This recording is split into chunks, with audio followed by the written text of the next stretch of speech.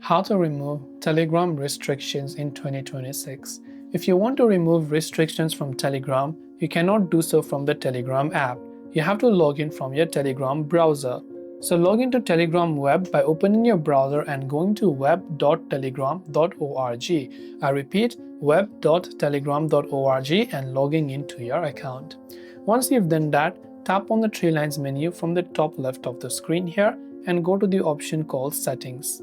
Now from Settings, scroll down and tap on Privacy and Security, and from there you can simply scroll down again and you can see this option called Sensitive Content, and just check this option and disable the filtering, because if this is unchecked, filtering is enabled. That means there are restrictions on your Telegram account. You cannot view all the content. So what you do is simply disable the filtering and reopen the Telegram app to save the changes. This way you can remove Telegram restrictions in 2026. Hope this video helped you out. If you have got any further questions, feel free to leave them down. Thank you for watching and see you soon in the next video.